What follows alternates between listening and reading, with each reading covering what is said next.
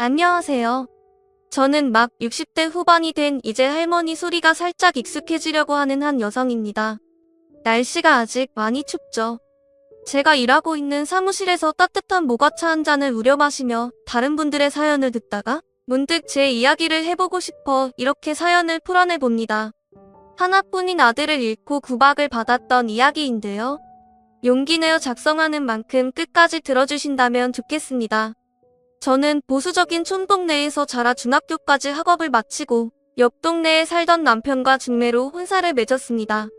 그리고는 인근 도시에서 신접 살림을 차렸죠. 아무래도 둘 다 배운 것이 없다 보니까 저는 집에서 살림을 하고 남편은 개인 택시를 했는데요. 그럭저럭 근근히 먹고 살 정도는 되었습니다. 비록 형편은 빠듯했지만 나름 성격이 잘 맞고 금술이 좋아서 일남일녀의 자식을 두었었죠.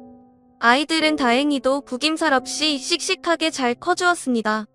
특히 아들 녀석은 어찌나 어릴 때부터 밟고 깝을 던지온 동네 남자애들을 몰고 다니며 대장 노릇을 할 정도로 사교성이 좋고 서글서글한 성격이었습니다. 못 배운 부모를 둔 것이 미안해서 저희 부부는 자식들만은 교육을 시키기 위해서 노력했습니다. 아무것도 모르지만 물어 잘 가르친다는 학원도 보내고 성적이 부족하면 공부 잘하는 옆집 아이에게 부탁해서 우리 자식들을 가르쳐달라고 시키고요. 그렇게 큰 딸은 초등학교 교사가 되고 싶다기에 교대로 진학을 시키고 둘째인 아들은 엔지니어가 되고 싶다고 하여 그쪽으로 공부를 시켰습니다.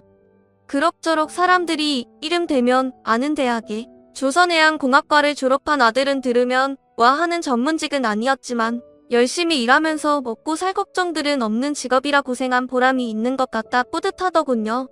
아들은 대학 졸업 후 조선기사 자격증을 딴다며 한동안 바쁘게 보였습니다. 그 이듬해 아들은 당당히 국내 대기업 중 하나인 현대중공업에 취직을 했어요. 저는 저의 못 배운 한이 조금이나마 자식들을 통해 풀어지는 것 같아 여한이 역시 기뻤습니다. 딸 역시 교생 실습을 나간다 어쩐다 하더니 임용 준비를 2년 하고 초등학교 교사가 되었지요. 아휴 어떻게 이리 자식들을 잘 키웠어? 이제 자식들은 다 장성하고 우리는 인생의 많은 과업들을 끝내고 노후 준비에 힘쓰면 되는 시기가 오는 건가 싶어 마음도 편하고 좋았습니다. 물론 자식들의 혼사 문제가 남아있었지만요. 딸은 근무가 힘들다며 결혼 생각이 없다 누누이 말하더니 그래도 나이가 좀 차자 결혼을 하긴 해야겠다고 선을 보겠다고 하더군요. 직업이 교사라 선호 직업이다 보니 나름 괜찮은 조건의 남자들과 선을 계속 봤습니다. 딸아이가 인물도 나쁘지 않고 성격도 다정한 편이어서 곧 7급 공무원을 하는 총각과 선을 보고 몇 번 더 만나 연애를 하더니 결혼을 하겠다고 했습니다.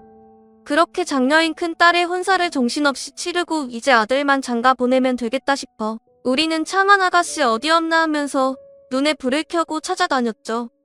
회사를 다니는 아들은 아침과 저녁에만 볼 수 있었는데요. 저는 아들을 볼 때마다 이제 내 나이도 있는데 그만 놀고 장가가야 되지 않겠냐며 계속 이야기를 했습니다. 아들은 처음에는 알겠다고 하더니 나중에는 짜증을 내더군요. 아 엄마 진짜 결혼 얘기 좀 그만해요. 요즘은 남자도 결혼해서 평생 처자식한테 돈 쏟아붓고 사는 거 별로라고요. 저는 진짜 괜찮은 사람 아니면 안 하고 싶어요. 아니 그래도 결혼을 해야지. 결혼해서 자식 낳고 기르는 기쁨이 얼마나 큰지 아니? 나중에 너 늙어서 힘들 때도 자식이 있는 거랑 없는 거랑 얼마나 다른데 아내가 있어서 같이 오순도순 노년 보낸다고 생각해봐. 얼마나 좋겠어. 하지만 이런 이야기로 아침이 시작될 때면 언제나 아들은 밥 한술 뜨는 등 많은 등 하면서 출근 늦었다고 일어나 버리기 일쑤였습니다. 저는 그럴 때마다 애간장이 타는 듯 했지만 자식이 애물단지라 어쩔 수가 없었죠. 그렇게 시간을 보내고 있던 어느 날이었습니다. 근처 시내로 볼일을 보러 갔다가 우연히 아들을 보게 되었어요. 저는 점심시간이라 잠깐 나왔나 생각하면서 아들에게 인사를 하려고 다가갔습니다. 그런데 세상에 아들의 옆엔 웬 젊은 아가씨가 있는 거 아니겠어요? 저는 화들짝 놀라서 아니 우리 아들이 여자친구가 있었구나 싶어 일단 인사를 하지 않고 그 아가씨를 관찰했습니다. 하얀색 정장 자켓에 회색 플레어 치마를 입고 긴 생머리에 날렵한 맵시가 돋보이는 딱 봐도 이쁘장한 아가씨였습니다. 두 사람은 막 점심을 먹고 나선 듯 했고 아가씨가 저희 아들에게 매달리다시피 기대고 있더군요. 팔짱을 꼭 끼고서요. 아들 역시 싫지 않은 표정으로 함께 걸음을 옮기더군요. 함께 커피숍에 들어간 두 사람은 곧 커피 두 잔을 들고 나와서 주차장에 있는 아들의 차로 함께 가더군요. 그리고는 차를 타고 사라졌습니다. 저는 머릿속이 좀 복잡해졌어요. 아니, 그동안 그렇게 결혼하라고 했는데 저런 아가씨가 있으면서 왜 소개도 하지 않고 말도 하지 않았지? 라는 생각과 함께 제 아들에게 매달려서 사람들이 많은 대낮에 팔짱을 끼고 밀착을 하는 아가씨의 모습이 조금 꺼림칙하다는 생각이 스치고 지나갔습니다. 그 후 며칠을 저는 아들을 관찰했어요. 생각해보니 최근에 부쩍 야근을 한다며 늦게 들어오곤 했던 점과 가끔 술 냄새도 나서 물어보면 야근하다가 친한 직원들과 술 한잔 했다고 하던 일, 그리고 와이셔츠에 립스틱, 같은 여자 화장품이 묻어왔던 일 등이 떠오르더라고요. 저는 아들이 만나는 아가씨가 있는 것은 좋은 일이지만 어쩐지 그때 본 그 아가씨는 아니면 좋겠다는 생각이 들었습니다. 그러나 저의 이러한 불길한 예감을 틀리지 않더군요. 그렇게 한 달쯤 지났을까요? 아들이 이번 주말에 식사나 같이 하자고 토요일 점심에 식당에서 소개할 사람이 있다고 하더군요. 저는 혹시나 싶었지만 사정을 모르는 남편은 기대되는 표정으로 누구를 데려오려고 하나 궁금했습니다.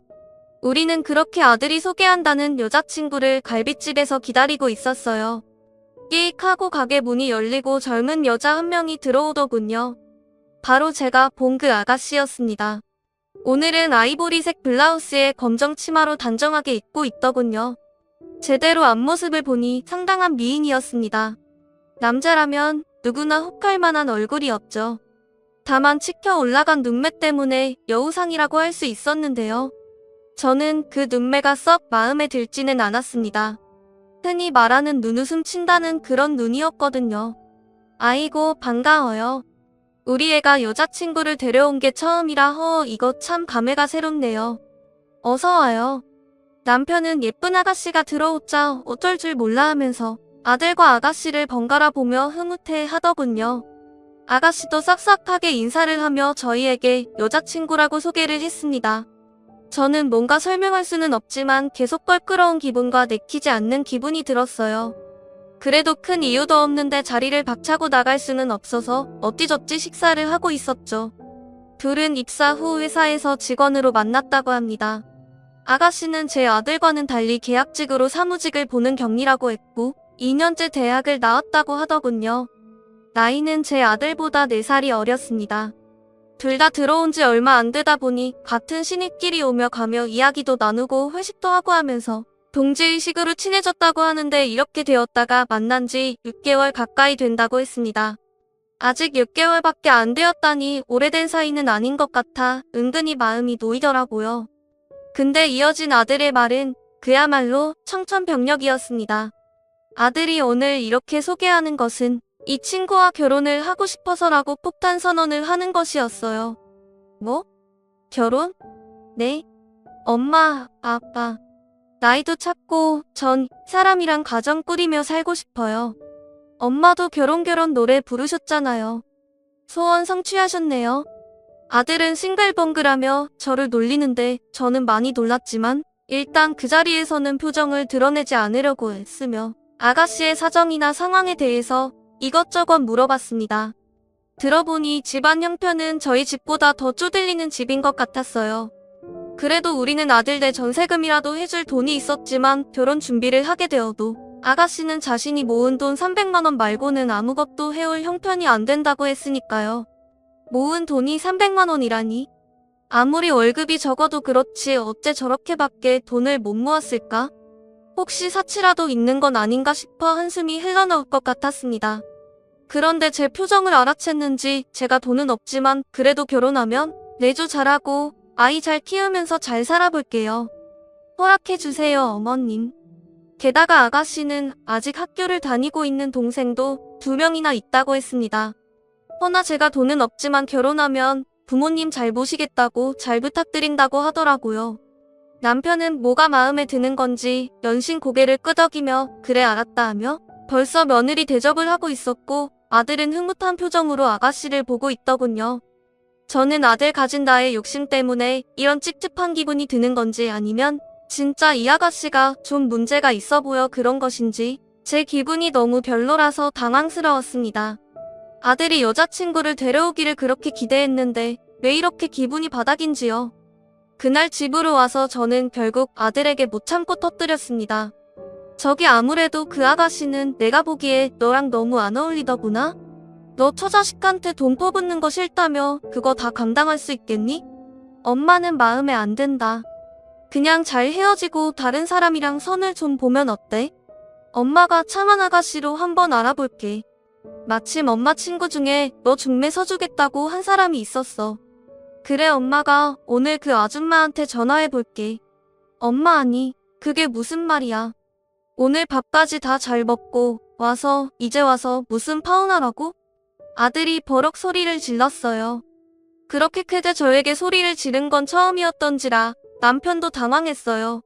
내 결론은 그날 아들과 크게 싸우고 말았습니다. 아들은 결혼하기로 약속을 다 했는데 무슨 소리냐고. 그 사람이 식사 자리에서 신뢰를 한 것도 없고 우리도 잘 사는 형편도 아닌데 왜 한 번 보고 사람을 안 좋게 생각하느냐고. 얼굴이 시뻘개져서 그 아가씨 편을 들더군요. 저는 그렇게 여자를 싸고 도는 아들의 모습을 보니 키워준 애미도 없구나 싶어 기가 막혔습니다. 이래서 아들은 잘 키워봤자 나중에 뺏긴다고 하는 건가 그런 생각도 들었죠. 한번 꽂히자 아들은 불도저처럼 결혼을 미고 나가더라고요. 제가 서러워서 이 얘기를 큰딸에게 하자 큰딸도 찾아와 아들을 말렸습니다. 그럼 결혼을 좀 미루는 게 어때? 조금만. 엄마도 어쨌든 며느리 드리는 거니까 생각해볼 시간은 필요할 거 아니야. 아무리 너네 둘이 좋아하는 게 결혼이라고 해도 널 키워준 엄마 입장도 있는 건데요. 누나는 왜 내 결혼에 감나라 배나라야. 그만해. 아 좀 둘다. 정말 두 사람 때문에 내가 요즘 받지 않아도 될 스트레스 얼마나 받는지 모르겠어? 엄마도 누나도 그 사람에 대해서 뭘 안다고. 평생 착하기만 한 아들인 줄 알았는데 이렇게 결혼을 두고 저와 대치하게 될 날이 올 줄은 꿈에도 몰랐습니다. 하지만 아들은 엄마인 저와 누나인 큰딸이 걱정스러운 이야기를 해도 들은 척도 하지 않고 너무 사서 앞날 걱정할 필요 없다고 두고 보라고 누구보다 착하고 야무진 여자니까 나와 오래오래 행복하게 살 거라고 장담을 하더군요. 나중에 나한테 미안하다고 하지나 말어. 저는 그렇게 한두 달 아들을 따라다니며 말렸지만 결혼을 그대로 진행되어 갔습니다. 그렇게 저희 아들은 결혼식을 올렸고 그 눈웃음 치던 아가씨는 제 며느리가 되었죠. 아들이 둘도 아니고 하나인데 한 명밖에 며느리가 없는데 제 마음에 이렇게 들지 않는 아이라니. 한동안은 며느리와 대면대면하게 지냈습니다. 질단에는 친해져 보려고 어머니 하며 다가와서 살갑게 굴어도 썩 같이 대화도 나누고 싶지가 않았고 올 때마다 꼭 몸에 달라붙는 옷만 입고 진한 화장을 하고 오는 꼬락서니도 마음에 안 들었습니다. 어쩐지 정숙해 보이지가 않고 날티나는 느낌이었거든요. 거기다 제가 그러든 말든 둘은 사이가 좋았어요. 항상 같이 놀러다니고 맛있는 거 먹고 데이트 사진을 저에게 자랑하기도 하고 갑자기 장을 받들고 저희 집에 들이닥쳐 요리를 해준다며 둘이서 요란을 떨기도 했어요. 저도 나중에는 그래 내가 데리고 평생 살 것도 아닌데 우리 아들이 좋다는데 어쩌겠나 그냥 내가 받아줘야지 그런 생각이 들더군요. 그래서 그렇게 저는 며느리와 그럭저럭 정을 붙이려고 노력했습니다. 먼저 말도 걸어주고 안부도 묻고 가끔 반찬을 가져다 주기도 했어요. 그러면 며느리는 항상 감사하다고 어머님 같은 시어머니가 계시다니 다들 놀랄 거라며 저에게 듣기 좋은 말들을 했습니다. 그거 아세요? 제가 어머님한테 생일 선물로 꽃 받았다고 하니까 제 친구들이 엄청 부러워하더라고요. 세상에 며느리한테 꽃 선물해주는 시어머니가 어디 있냐고 말이에요. 그랬니? 뭐 별거 아닌데 뭘. 나중엔 더 좋은 걸로 해주세요. 제 SNS에 자랑하게요. 며느리의 생일날 며느리가 좋아하는 장미꽃을 다발로 해 선물해 주었더니 그게 그렇게 좋았는지 저한테 저런 말을 해주더라고요. 뒤에 조금 진심 어린 눈빛으로 더 좋은 거 해달란 말이 가시처럼 걸리긴 했지만 별뜻 아니겠지 싶어 넘겼습니다. 아무쪼록 그렇게 아들 내외는 1년여의 신혼생활을 즐기다가 아이가 들어섰어요. 이미 딸이 아기를 낳아서 키우고 있던 중이었는데 그래도 친손주여서 저는 조금 더 기뻤습니다. 임신 기간에 입덧이 심하다고 해서 좋아하는 음식을 아들에게 물어 가져다 주기도 하고 배가 뭉친다기에 마사지하는 법을 알려주기도 했어요. 제가 정말 정성을 쏟긴 했던지 옆에서 남편도 당신 며느리 싫다고 반대했을 땐 언제고 이렇게 잘해줘? 하면서 놀리더라고요. 아들도 무척 고마워했고요. 근데 며느리의 행동은 조금 마음에 걸리는 부분이 있었습니다. 제가 음식을 갖다 주기 시작하자 언젠가부터는 당연하게 요구를 하더라고요. 어머님, 저번에 제가 맛있게 먹었던 그 나물무침 있잖아요. 그거 이름이 생각이 안 나는데 아무튼 그거 좀 해다가 가져주실 수 있으세요? 오늘 말이니? 오늘은 내가 좀 바쁜데 친구가 집에 온다고 해서. 아, 그래요? 어쩔 수 없죠. 그럼 내일은 꼭 해다 주세요. 뭐라고 해야 할지 저를 너무 편하게 생각하는 것 같더라고요. 그래도 며느리는 저에게 떡두꺼비 같은 손주를 안겨주었습니다. 손주는 갓난아기지만 이목구비가 뚜렷하고 귓골이 장대한 것이 제 아들 골격을 닮았더군요. 저는 그동안 며느리가 마음에 들지 않았던 마음이 손주를 보면서 내려가는 것을 느꼈습니다. 이렇게 듬직한 아들을 낳아줬고 이 집안대를 이어줬으니 이제 더 이상 믿게 생각하지 말자고 혼자 다짐을 했어요. 그 이후로 몇 년 동안은 아들네는 정신없이 살았습니다. 애기 키우랴 회사에 하랴 아들은 항상 피곤해 보였죠. 요즘은 아빠들도 육아에 참여해야 한다면서 오랜만에 다 같이 스모번에 주말 나들이를 갈 때도 땡볕에 내내 아들이 아기띠를 하고 아기를 안고 있더라고요. 땀을 비오듯이 흘리는데도 며느리는 그늘에 앉아 본인 팔에 선크림을 바르고 있고 제 아들만 땀을 홍수같이 흘리면서 아기를 계속 안고 다녔습니다. 보다 못한 제가 아기를 받아들고 1시간을 아기띠를 하고 다녔더니 머리가 어지럽고 일사병이 오는 것 같더라고요. 그리고 며느리는 제가 안색이 안 좋자 그제야 아기를 받아들었습니다. 요즘 젊은 여자들은 아기 돌보는 것을 반반하자고 주장한다더니 제 며느리가 딱 그 짝이었어요. 저는 맞벌이도 하지 않고 집에만 있으면서 우리 아들 고생 그만 시키라고 화내고 싶었지만 그러다가 또 화살이 아들한테 가서 저 없을 때 며느리가 구박할까봐 그런 이야기도 하지 못하고 참았습니다. 그렇게 세월은 흘러서 친손주가 6살쯤 되던 무렵이었어요. 갑자기 며느리에게 다급한 전화가 왔습니다. 어머니, 지금 빨리 삼성병원으로 오세요. 아기 아빠가 지금 많이 다쳤대요, 어머니. 저는 그 소리를 듣자마자 정신없이 남편과 함께 병원으로 달려갔습니다. 이게 무슨 마른 하늘의 날벼락 같은 소리인지 허겁지겁 병원에 도착하여 응급실로 왔더니 이미 수술 중이라며 수술실 앞으로 저희를 안내해 주더군요. 거기에는 망연자실한 표정으로 주저앉아 있는 며느리와 영문도 모른 채 끌려온 손주가 있었습니다. 얘야, 무슨 일이니? 저는 의자에 엎어져 있던 며느리의 어깨를 흔들며 대답을 재촉했습니다. 힘없이 늘어져 있던 며느리는 고개를 들어 눈물로 엉망이 된 얼굴로 말을 하더군요. 어머니 회사에서 출장 마치고 밤늦게 오는 길에 고속도로에서 오중추돌 사고가 났대요. 사고가 너무 크게 나서 차량이 전복되고 지금 준수 아빠가 의식이 없대요. 어떡해요, 어머니? 그 사람 못 깨어나면 저 어떡해요? 저는 머릿속이 하얗게 변하는 것을 느꼈습니다. 뉴스에서나 보던 오중추돌 사고라니 왜 제 아들에게 이런 일이 일어난 것일까요? 지금 이날까지 성실하게 남한테 나쁜 짓 하지 않고 살아온 그저 착한 내 아들한테 저는 다리에 힘이 풀려 털썩 주저앉아 버렸습니다.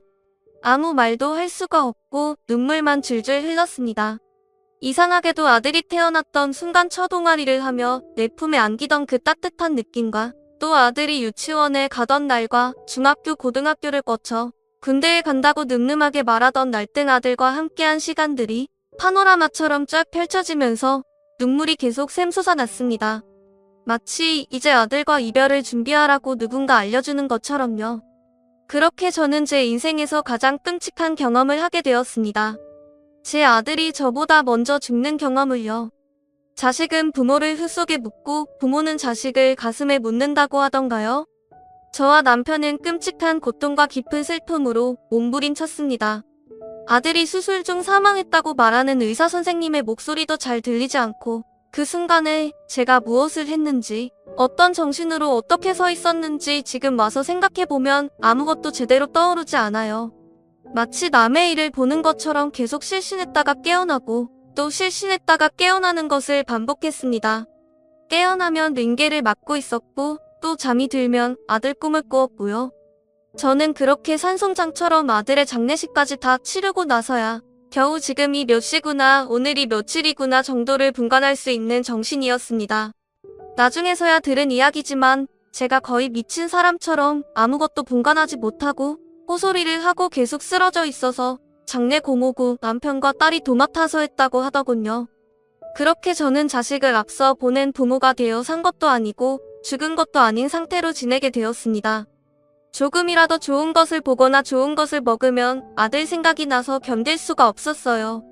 우리 아들이 좋아하던 물건이나 음식을 보면 아무것도 할 수가 없었고 숨이 막히는 것 같았습니다. 지독한 슬픔이었죠. 자식을 앞세우고 살아간다는 것은 하루하루 지옥의 고통을 겪는 것이었어요. 당연히 내가 늙어 죽는 게 술리고 그때 아들이 내 손을 잡아줄 줄 알았건만 무엇이 급하다고 이렇게 급하게 가버렸는지 아들 녀석이 너무나 불쌍하고 또 원망스럽기도 했습니다. 며느리와 손주는 아들이 그렇게 된 후로 여기서 못 살겠다며 인근 도시로 이사를 갔습니다. 저 너무 힘들어요. 제 아들 데리고 여기서 못 살 것 같아요. 죄송합니다. 어머님, 아버님. 그래, 그렇겠지. 일단 우리가 얼마라도 지어줄 테니 쓰고 필요하면 얼마든지 또 말해라. 네. 어머님. 생계를 어떻게 꾸릴지 걱정이라기에 당장이라도 융통해서 쓰라고 저희가 모아둔 비상금 몇천만 원도 털어주었습니다. 일자리 구하고 형편 나아지면 천천히 갚으라는 말과 함께요. 아들을 닮은 손주가 눈에 밟혀 손주를 우리에게 맡기고 일하는 것은 어떠냐고 하자 며느리는 아니라고 자신이 데리고 키우며 일을 구해보겠다고 했습니다. 그때만큼은 남편이 죽은 큰일이 있음에도 자기 자식 건사하고 살려고 하는 그 모습이 야무져 보이고 고마웠습니다. 우리 아들이 골랐던 여자가 괜찮은 애였구나 하는 생각도 들었고요. 그런데 아들이 죽은 지 1년쯤 되던 어느 날 우리 부부는 너무도 큰 인생의 위기를 맞이하고 말았습니다. 갑자기 전세를 살고 있던 집을 비워달라는 얘기를 들었어요. 무슨 소리냐고 하니 집주인이 파산을 해서 집이 경매로 넘어가게 되었다고 전세금 찾을 수 있게 전세권 설정은 해놓으신 거냐고 부동산에서 묻더군요. 저는 놀라서 허둥지둥 전세금 설정이라는 절차를 우리가 전세 얻을 때 했는지 알아보았는데 아는 것이 없던 저희가 그만 제대로 전세금 설정을 하지 않았더라고요.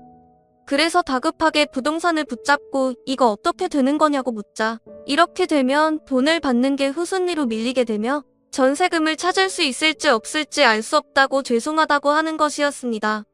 저희 부부는 너무 당황해서 사방으로 물어보고 알아봤지만 전세금을 찾을 길이 없다는 것이었어요. 하루아침에 전세금을 다 날리고 오갈 데가 없는 거지 꼴이 된 것이었죠. 너무도 황망하여 어떻게 할까 하다가 일단은 멀리 사는 딸에게 가는 것보다는 가까운 곳에 있는 며느리에게 가야겠다 싶었습니다. 며느리에게 할 말이 있으니 지금 집 쪽으로 가겠다고 얘기를 하고 대충 필요한 생필품만 여행 가방에 챙긴 후에 남편과 며느리가 사는 집으로 택시를 타고 갔습니다. 며느리가 사는 아파트에 도착하자 며느리는 마중을 나와 있더군요. 그런데 뭔가 피곤한 기색이더라고요. 아가 잘 있었니? 이거 짐 좀 집으로 올리거라. 우리가 살던 집이 경매로 넘어가는 바람에 한동안 거쳐 마련할 때까지만 니네 집에 좀 있어야겠다. 정말 염치가 없는 거 알지만 조금만 부탁하마. 저는 집을 며느리에게 건네면서 사정을 이야기했습니다. 근데 제 이야기를 듣는 며느리의 표정이 너무 안 좋은 것이었어요. 아 어머니 그런데 갑자기 이렇게 들이닥치시면 제가 좀 곤란해요. 아니 계속 있겠다는 게 아니고 지금 상황이 우리가 있을 거 마련할 때까지만 좀 있게 해다오. 노인네 둘이서 어디를 가겠니? 갑자기 집을 비워달라는데 한 달만 있게 해주면 팔아서 거처 마련해서 나가마. 서울에 있는 너네 신혼에 가도 되고 부탁 좀 하마. 저는 재차 부탁조로 사정을 말하며 며느리에게 이야기했죠. 며느리는 계속 표정을 풀지 않으면서 말하더군요. 어머니 솔직히 말해서 이제 제가 어머니라고 부르는 게 맞는지 모르겠는데요. 이렇게 갑자기 들이닥치시면 곤란해요. 뭐 한 달만 있겠다는 것도 언제까지 계실지도 모르는데 제가 남편 잃고 시부모 봉양까지 하면서 지나야겠어요? 남편 죽고 뭐 저 챙겨주신 것도 없잖아요. 아쉬울 때만 이렇게 오셔서 마음대로 하시면 안 되죠. 순간 머리가 띵해지는 느낌이었습니다. 당장 사는데 보태라고 몇천만 원도 기한 없이 해주었고 수시로 전화를 걸어서 잘 지내느냐고 안부도 물어봤고 아들이 죽고 남은 며느리와 손주가 짠해서 반찬도 가져다 주고 했었는데 한 달만 있겠다는데 이렇게 저와 남편을 박대하다니요. 저는 마음속에서 큰 불이 올라오는 것을 느꼈습니다. 그런 식으로 서로 따질 것 같으면 그때 우리가 해준 몇천 다시 내놓거라. 그 돈 있으면 우리도 여기 한 달 있을 필요도 없고 바로 방 얻어서 나갈 수 있어. 우리가 해준 돈은 소식도 없고 돌려주지도 않으면서 한 달 정도 머무는 게 그렇게 안 느끼니? 늙어서 참 서럽구나? 우리 아들이 있었다면 감히 내가 이렇게 우리를 대할 수 있었겠어? 있었다면요? 그런 이야기가 무슨 소용이 있어요? 이미 저랑 애기 놔두고 죽어버렸는데요. 어머니 저요. 하루 벌어 하루 먹고 살기 빠듯해요. 애 데리고 종종 거리면서 겨우 산다고요. 어머니가 해주신 몇천은 지금 몇백도 안 남아있고요. 언제 갚을지 모르겠으니까 정 받으셔야겠으면 고소라도 하시단가요? 어쨌든 저는 분명히 말씀드렸어요. 얼른 돌아가 주세요. 듣기 싫으니 꺼지시라고요. 속사포처럼 말을 쏟아내는 며느리는 자기 할 말만 하고 어른에게 꺼지라고까지 하며 엘리베이터를 타고 냉큼 올라가 버리더군요. 저와 남편은 졸지에 며느리 집으로 들어가 보지도 못하고 쫓겨난 신세가 되었습니다. 정말 기가 막히고 코가 막혀 말이 나오지 않더군요. 아무리 내가 그동안 별로 살갑게 대하진 않았다지만 그래도 시어미로서 못해준 것은 아니라고 생각했는데 돈 빌려준 것도 당장 못 주겠다며 적반하장으로 저희를 내쫓다뇨? 역시 첫인상은 틀리지 않았다고 생각이 들었습니다. 며느리는 뱀처럼 교활한 성격의 사람이었어요. 달면 삼키고 쓰면 뱉는 사람이요. 결국 어쩔 수 없이 멀리 사는 딸에게 전화를 걸었습니다. 딸은 제 이야기를 듣고 화가 나서 펄펄 뛰더니 근처에 숙소를 잡아 일단 오늘 하루는 편히 계시라고 내일 아침에 모시러 가겠다고 하더군요. 그러면서 꼭 모텔 같은 곳 가지 말고 호텔 가라며 호텔비를 보냈습니다. 고맙다 고마워. 그렇게 호텔에서 하룻밤을 자고 차를 끌고 내려온 딸의 차를 타고 그 길로 서울 딸네 집에서 지내게 되었습니다. 딸은 이제 며느리는 남이라고 생각하고 신경 쓰지 말라고 섭섭해할 것도 없다고 화를 내면서 걱정하지 말고 천천히 있을 집을 알아보라면서 지내라고 했지만 저는 다 늙어서 딸과 사이가 사는 집에 얹혀있는 것이 영 마음이 편하지 않았습니다. 남편 역시 사위의 눈치를 보는 듯 했고요. 며느리에게 빌려준 돈 말고는 저희가 들고 있는 목돈도 없어서 어떻게 집을 구해서 살아가야 하나 막막하던 쯤 딸이 저에게 돈을 내밀었습니다. 급한 대로 빌려줄 테니 당장 월세 보증금이라도 하라고 했죠. 그리고 소일거리 삼아 친한 언니가 하는 부동산 사무실에 아르바이트를 해보라고 하더군요. 어차피 이렇게 된 거 서울에서 아빠도 기혼 되시는 한 택시를 하시고 엄마도 뭐라도 하면서 돈을 벌어야 되지 않냐고요. 엄마 나도 여건이 되면 돈 안겨드리고 싶은데 이것밖에 없어. 일단 엄마랑 아빠가 돈 벌고 있으면 나도 틈틈이 돈 붙일게. 엄마 미안해. 저는 다 늙어서 일을 배우는 것이 괜찮을까 걱정이 앞서지만 당장 집을 얻으면 생활비도 필요하기에 딸이 구해준 일자리를 일단 도전해보기로 했습니다. 부동산은 대표를 소장이라고 부르고 밑에 있는 직원을 실장이라고 하더군요. 저는 60이 다 되어가는 늦깎이 나이에 최 실장이 되어 사회생활을 하게 되었습니다. 자격증을 딴 지도 오래되었을 뿐더러 이론과 실무는 달라서 한동안은 정말 힘들었죠. 아주머니들이 많이 오가는 아파트를 주로 취급하는 사무실이었는데 월급은 작았지만 소장님은 제게 친절하게 대해주시더군요. 그냥 동네 아줌마들하고 집값이나 아파트 이야기로 수다를 떤다고 생각하라고 편하게 생각하고 이야기하다 보면 속에도 일거리도 들어오곤 한다며 팁을 알려주시더군요. 사무실 일을 시작한 지 1년쯤 지나자 주변 상가 상인들하고도 얼굴이 있고 또 항상 고구마며 계란이며 간식을 많이 싸들고 다니면서 나눠주고 인사도 하자 많이 친해지면서 정말 속에도 일이 하나 둘씩 들어왔습니다. 또 손님들이 듣기 좋으라고 하는 소리인지 몰라도 저에게 실장님은 우리 엄마 같이 푸근해서 좋다고 다른데 같이 돈 따지는 느낌이 안 들고 손님 입장을 먼저 배려해 주셔서 좋다는 칭찬을 많이들 해주셨어요. 실장으로 그렇게 점점 자리를 잡아가자 제 수입도 늘어났습니다. 저는 1년을 꼬박 열심히 모은 돈으로 전세자금 대출을 끼고 전세로 집을 돌리고 또 계속 열심히 일을 했어요. 다행히 남편도 택시를 하면서 수입이 그럭저럭 나와서 남편 수입으로는 생활비를 하고 제가 번 돈은 부동산 일을 하며 알게 된 여러 가지 수단으로 투자를 했습니다.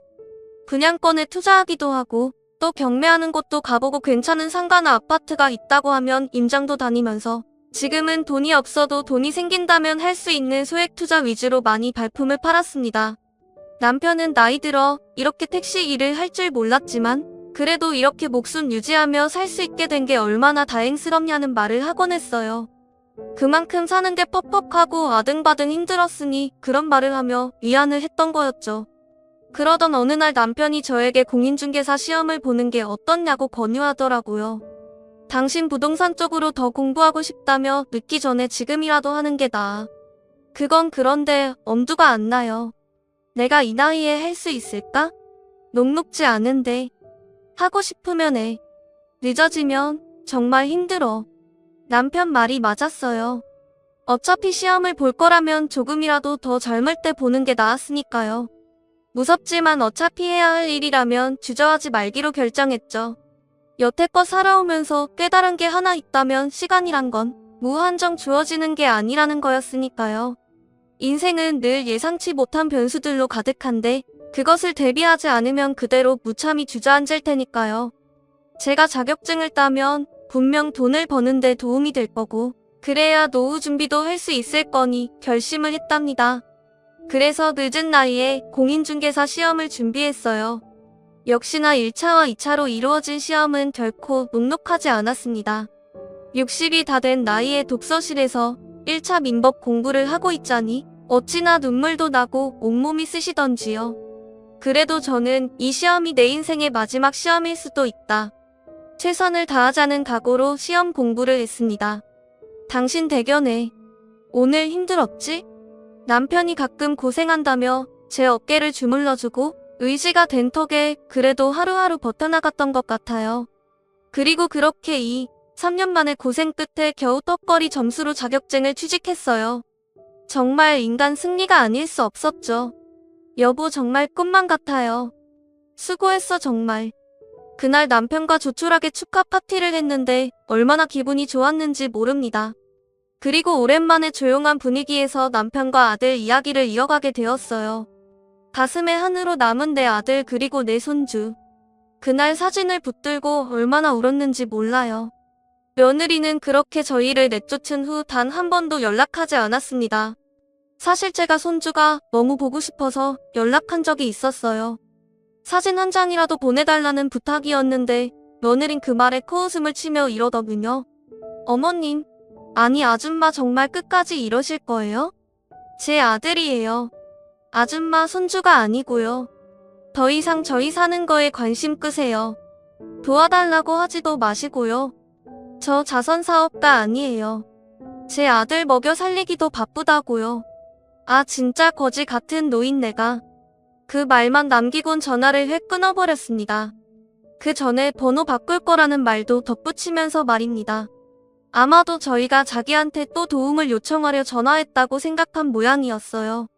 아무리 그래도 그렇지 어떻게 한때 시부모였던 저희를 길거리에 있는 거지도 못하게 취급을 하는 건지 도통 이해할 수가 없었습니다.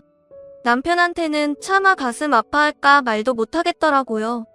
그 후 전 손주도 그냥 가슴에 품고 일에만 매진했어요. 그리고 몇 년간 일하면서 모은 몇 천으로 약간 외곽지의 상가를 경매로 저렴하게 낙찰받았습니다. 그런데 우리가 그 상가를 사고 쇠를 준 지 2년 만에 서울의 유명 대학이 그쪽에다가 캠퍼스를 짓기로 확정이 되면서 상가의 가격이 엄청 뛰기 시작했습니다. 바로 대학 인근의 상가가 되어버렸기 때문이죠. 저는 기왕 이렇게 된 거 이 상가에 내가 부동산을 차려야겠다는 생각이 들었습니다. 대학 가이기 때문에 원룸을 찾는 수요도 있을 것이고 그동안 실장 일을 하면서 노하우도 제법 쌓였기 때문이죠. 그렇게 제 생애 최초로 대표라는 직함을 달고 젊은 실장을 뽑았습니다. 실장은 요즘에는 블로그를 통해서 홍보를 해야 한다면서 자신이 그 관리를 해보겠다며 매일 온라인 게시글을 올리고 여기저기 온라인으로 홍보를 하더군요. 저는 처음에 발로 뛰지 않고 저런 곳에 글을 쓴다고 뭐가 되겠나 싶었는데 웬걸 저는 진짜 옛날 사람이었더라고요. 저희 부동산은 실장의 아이디어로 아주 빠르게 블로그 관리를 시작했는데 저희 블로그를 누가 대학교 사이트에 올리면서 학생들의 연락이 빗발치기 시작했습니다. 제가 학생들 원룸을 얻어주고 지방에서 부모님들이 올라와 걱정하시는 것을 보면서 죽은 아들 생각도 나고 해서 수수료도 늦게 받기도 하고 사정 봐서 깎아드리기도 했던 것들이 학생들끼리 소문이 돌았다나 봐요. 그래서 저희 부동산이 일명 혜자 부동산이라며 인근에서 소문이 났다고 하더라고요. 저는 혜자? 그 김혜자 말이야? 했더니 실장이 웃으며 편의점에 팔던 김혜자 도시락이 가격에 비해 풍성해서 그 후로 젊은 친구들이 가격이 저렴하고 서비스가 좋은 곳을 그렇게 부른다고 하더라고요. 참 재미있는 표현이죠. 그렇게 저는 부동산이 대박이 나서 아파트도 사고 주식도 하면서 자산을 차곡차곡 불리기 시작했습니다. 이제 더 이상 월세니 전세니 그런 것들을 걱정할 게 아니었죠. 저는 부동산으로 큰 자산을 모은 부자가 되었습니다. 저는 곧 70을 바라보는 나이에도 인생이 이렇게 크게 바뀔 수 있다는 것이 참 신기했습니다. 한편으로는 하늘나라로 간 아들이 우리를 보살펴주고 있나 생각도 들었습니다. 항상 돈 벌어서 엄마 호강시켜줄게 하던 우리 아들이 이렇게 우리를 돈방석에 앉혀주고 지금 우리를 보면서 웃고 있을 것 같아 하루에 한 번은 하늘을 보면서 아들에게 인사를 했죠. 아들아 잘 있지? 엄마가 항상 고맙다. 보고 싶어. 그때마다 아들은 자기도 보고 싶다며 화답하는 것 같았습니다. 그렇게 아들을 그리워할 때마다 아들을 쏙 빼닮았던 손자도 너무 보고 싶었지만 우리를 거짓 취급했던 며느리가 너무 야속하고 미워서 연락을 하고 싶진 않았어요. 당연히 며느리도 손자 사진 한번 보내오지 않았고요. 손자는 인연을 끊을 당시 6살이었으니 이제 어엿한 초등학생이 되어 있을 것이었습니다. 사실 저는 형편이 좋아지고 여유가 생기자 하루가 다르게 아들이 더 그립고 손자가 보고 싶었어요. 그래서 며느리에게 전화를 해보기도 했는데 없는 번호로 뜨더라고요. 정말 제가 도움을 구하기라도 할까봐 그게 무서워서 번호를 바꾼 모양이었습니다. 그래도 손자만큼은 너무 보고 싶었어요. 이제는 생각으로도 모자라 매일 밤 꿈에 손자가 등장할 지경이었으니까요. 손자는 아들 품에 안겨 있었고 제게 손을 뻗어 할머니라고 어물거리는 발음으로 부르곤 했습니다. 참 이상하죠. 그 꿈이 왜 이리 반복되어 재생이 되는 건지. 꿈속의 아들은 참으로 행복해 보였고 손자는 마지막으로 보았을 적 그 모습 그대로 제게 인사를 하더라고요. 하지만 눈을 뜨면 베개가 흠뻑 적시어져 있었습니다. 그래서 그 이후 단념을 하지 않고 며느리가 살던 아파트 근처를 차로 괜히 서성이기도 하고 근처 초등학교 주변을 어슬렁거려 보기도 했어요.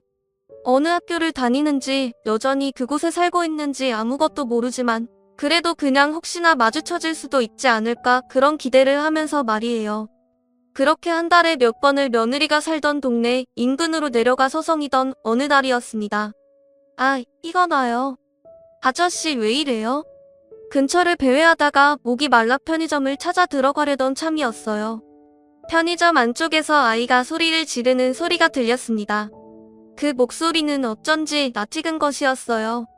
저는 문을 밀고 들어가 무슨 일인지 살폈습니다. 이 녀석 전에도 내가 한 번만 봐주겠다고 했지? 이번에는 안 된다. 너 진짜 경찰서 가야 돼. 보아하니 초등학생으로 보이는 덩치 큰 아이가 물건을 훔친 모양이었습니다. 아씨 엄마가 다음에 돈 갖다 주신다니까요. 저 훔친 거 아니고 빌린 거라고요. 잔말 말고 경찰서 가자. 너 이름 뭐야? 책가방 열어봐. 보자. 6학년 2반 김준수. 저는 순간 심장이 내려앉는 것 같았습니다. 김준수 그건 바로 제 손자 이름이었어요. 제 아들을 쏙 닮은 6살에 헤어진 그 아이 이름이요. 우리 남편이 장명소를 3군데나 가서 큰 사람이 되라고 받아온 이름이 준수였습니다. 저는 얼른 그 아이를 살펴보았어요. 소매가 꼬질한 티셔츠를 입고 낡은 운동화를 신고 큰 키에 제법 어깨가 벌어진 얼굴도 급히 살펴봤습니다.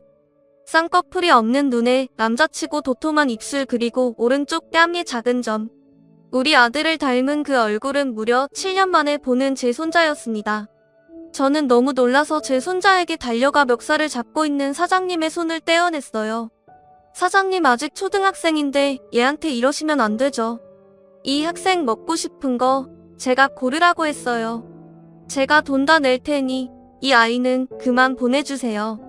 제가 갑자기 나서서 돈을 내겠다고 하며 아이 앞을 막아서자 사장님은 의아한 표정이었어요. 사모님, 이 애는요. 이 동네에서 중도둑질로 유명한 애예요. 엄마는 어딜 가는지 혼자 배고파서 항상 여기저기서 훔쳐 먹고 다닌다고요. 그렇게 편들어 주시면 내일 또 도둑질할걸요? 혼쭐이 나야 된다고요.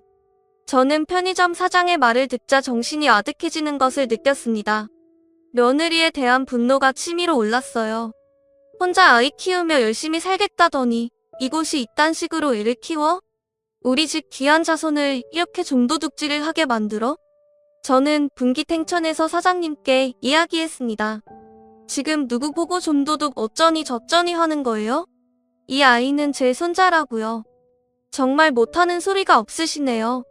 제가 그동안 훔쳐간 거 10배로 물어드릴 테니까 지금 막말하신 거 당장 사과하세요. 사과 안 하시면 고소 진행할 테니 알아서 하시고요. 그리고 여기 이것의 명함이니까 앞으로 이 아이가 물건 그냥 가져가면 제 앞으로 청구하세요. 그렇게 저는 어리둥절해하는 제 손자를 끌고 편의점을 나왔습니다. 손자는 제가 누군지 모르겠다는 표정으로 제 얼굴을 살피고 있었죠. 저는 그 아이의 얼굴을 만지며 눈물을 흘렸어요. 준수야, 준수야 할미다.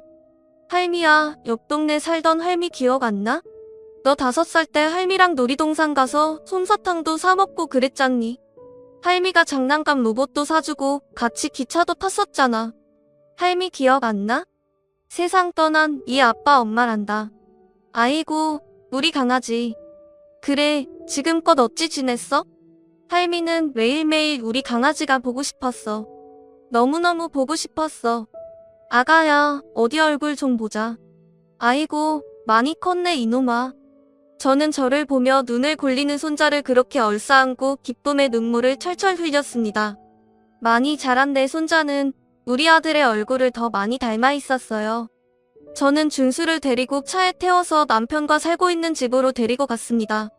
남편 역시 준수를 기다리며 초조하게 서성이다가 도착한 손주를 보고는 그 무뚝뚝한 양반이 눈물을 한 바가지 쏟아내더군요.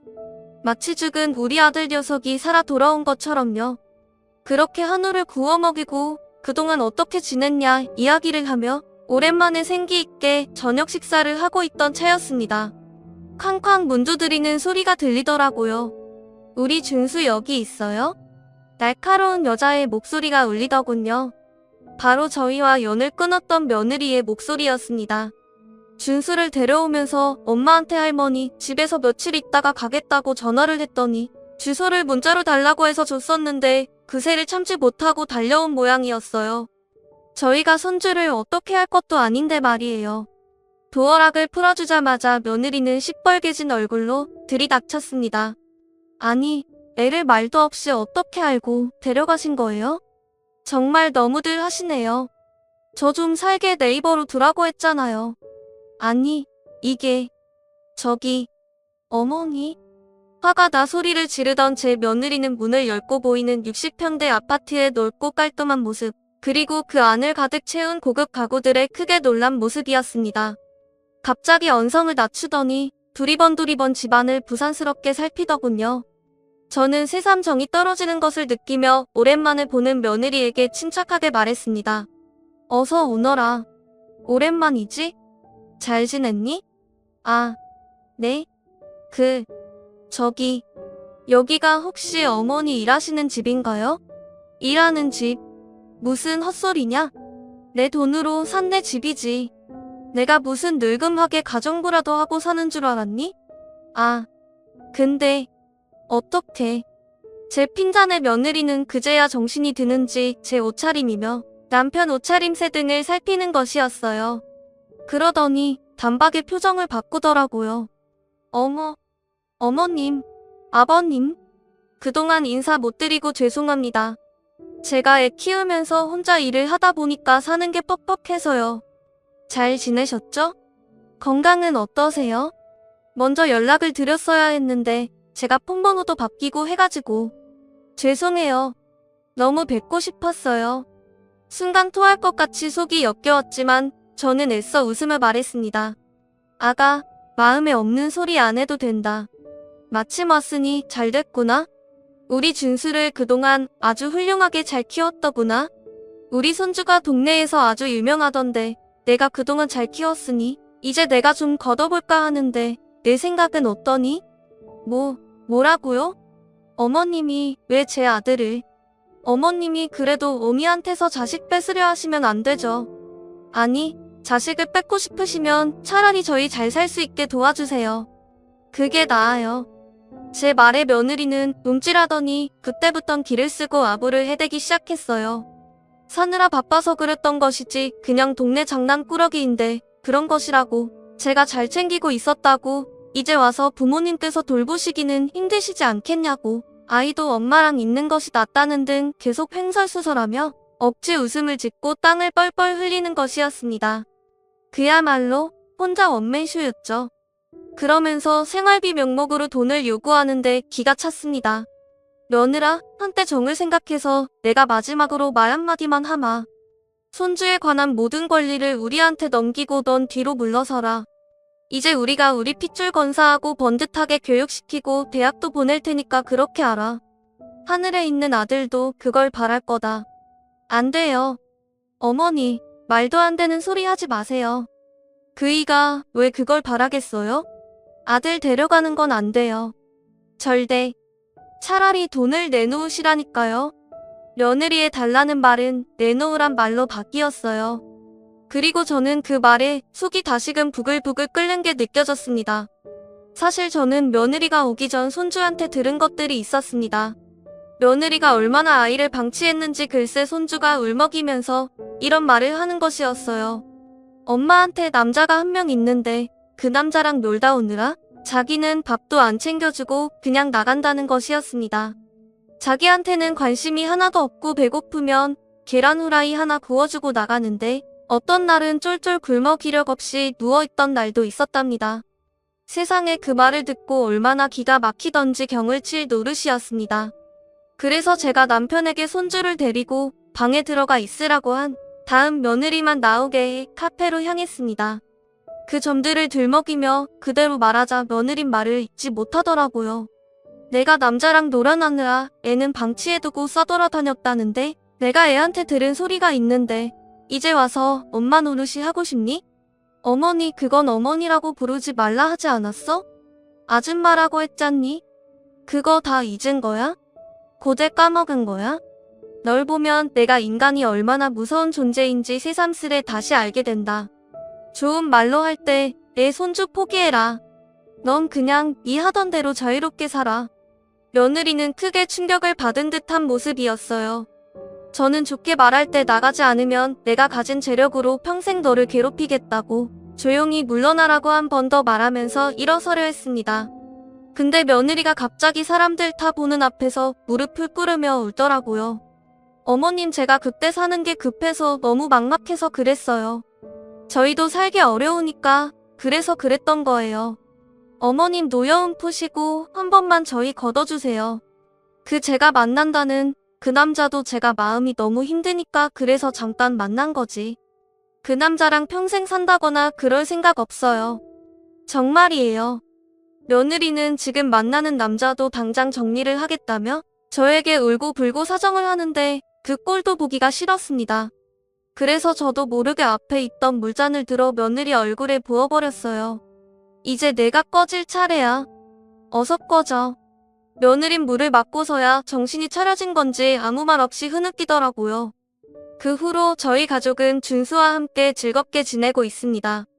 준수는 가끔 엄마와 연락은 하는 모양이었지만 항상 남자친구가 생겼다가 사라지고 자신에게 신경 써주지 않는 엄마에게 그다지 정은 없는 모양이었어요. 다만 며느리가 아직도 준수를 핑계 삼아 저희 집 앞에 나타난다는 게 문제죠. 어머님 저 그 사람이랑 정리했어요. 확인이라도 시켜드릴까요? 보세요. 저 전화번호도 없고요. 이제 엄마 노릇 할 수 있어요. 어머니 저한테 물까지 퍼부으셨으면 할 만큼 하셨잖아요. 네? 당장 나가지 못해. 보다 못한 남편이 버럭 화를 내며 경찰을 부르겠다고 하자 꽁지 빠지게 도망가긴 했습니다. 하지만 며느리의 욕심은 아직도 채워지지 않은 모양이었어요. 도대체 어디까지 가야 그 욕심의 끝이 보이는 건지 저희 집에 붙어 살며 자기 하고 싶은 대로 살 욕심이 눈앞에 뻔히 보이는데 그게 추한 건지 더러운 건지도 모르고 하는 꼴이 이제는 불쌍히 여겨질 정도였습니다. 다행히 손주가 지금은 엄마에 대한 정이 크게 없어 저희가 며느리를 쫓아내도 아무 말도 안 하고 있지만 나중에 준수가 더 커서 저렇게 빌부터 동정을 구할까봐 걱정도 됩니다. 마음 약한 손주가 제 엄마를 받아주자고 사정하면 저도 그땐 어떻게 말을 해야 할지 어떤 선택을 해야 할지 장담할 수가 없거든요. 아무쪼록 그래도 저는 하늘나라로 떠난 아들 대신 아들을 쏙 빼닮은 손주 녀석을 보면서 하루하루 행복하게 지내고 있습니다. 오늘 하루를 귀하고 감사하게 생각하면서 말입니다. 아들도 하늘에서 좋아할 거라고 생각하니 행복함과 안도감이 함께 몰려오는 것 같습니다. 이 사연을 들으신 여러분 제 이야기 어떠셨나요? 늙은이의 한풀이 같은 이야기였지만 들어주셔서 참으로 고맙습니다. 그리고 제 고민에 대한 조언을 주신다면 참 감사할 것 같아요. 한 가지 더 말씀드리자면 예나 지금이나 결국 사람은 돈과 능력이 있어야 하는 것 같습니다. 제가 늦게 공부를 시작해 잘 될 수 있었던 것처럼 여러분도 올해 자신을 위한 계획을 하나쯤 세워보는 거 어떨까요? 항상 건강 조심하시고 언제 떠날지 모르는 가족들과 항상 좋은 이야기 나누면서 지내시길 바라겠습니다. 그럼 안녕히 계세요. 감사합니다.